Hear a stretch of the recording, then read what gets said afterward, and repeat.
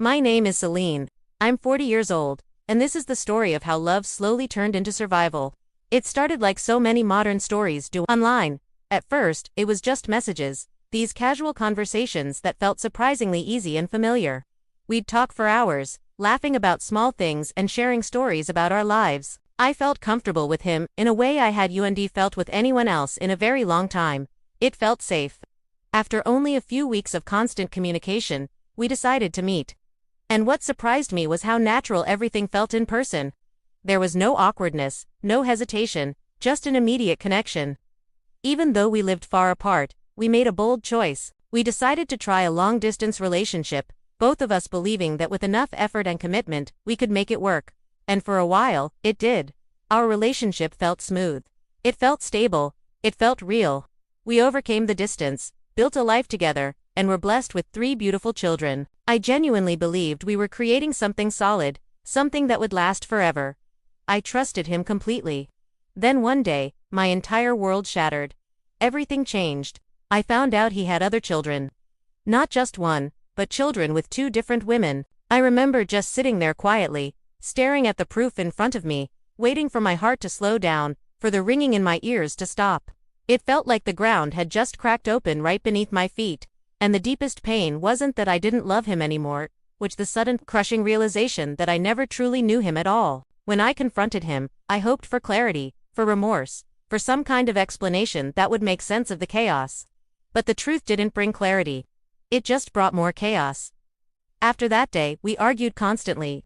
Every single conversation spiraled into a toxic mix of blame, denial, and flimsy excuses.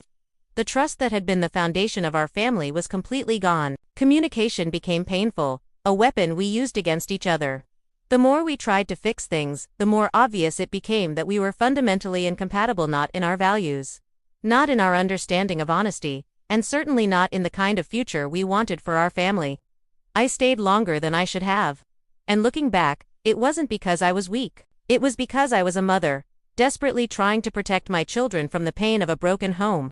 I held on to this tiny sliver of hope that things would improve, that the weight of his responsibilities would finally inspire him to change.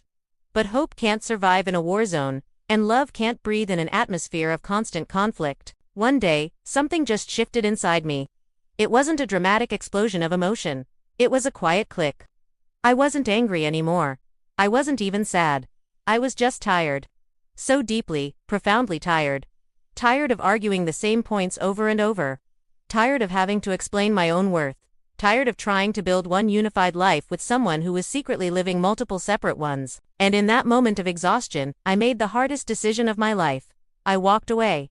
I didn't just leave. I cut off all communication completely. I didn't ask for any more explanations. I stopped waiting for apologies that I knew would never be sincere. I didn't look back to see what happened to his life, what choices he made next. I chose peace for myself and my children over the desperate need for answers. Starting over was anything but easy. There were so many nights filled with doubt, where I questioned if I had done the right thing. There were mornings, so heavy with the weight of sole responsibility, that it felt hard to breathe. But slowly, step by step, I began to rebuild my life. I wasn't the same woman anymore. I was no longer waiting for someone else to change. I was a mother, actively choosing and building stability for her children. Today, my world is smaller, but it is infinitely calmer. It's quieter, but it is honest. I don't know what happened to him. And the most liberating part is, I no longer feel the need to know. My focus is here, on this peaceful life we've created. The moral of my story is this: you can give all of your love, your unwavering loyalty, and your best intentions and still be betrayed. But someone else's choices are never a reflection of your worth. Not everyone who cheats will change. And walking away doesn't mean you failed. Sometimes, it means you finally chose yourself. It means you finally chose the safe, stable, and loving life that your children deserve. Thank you for listening to my story. If you found value in this, please consider subscribing for more stories of strength and new beginnings.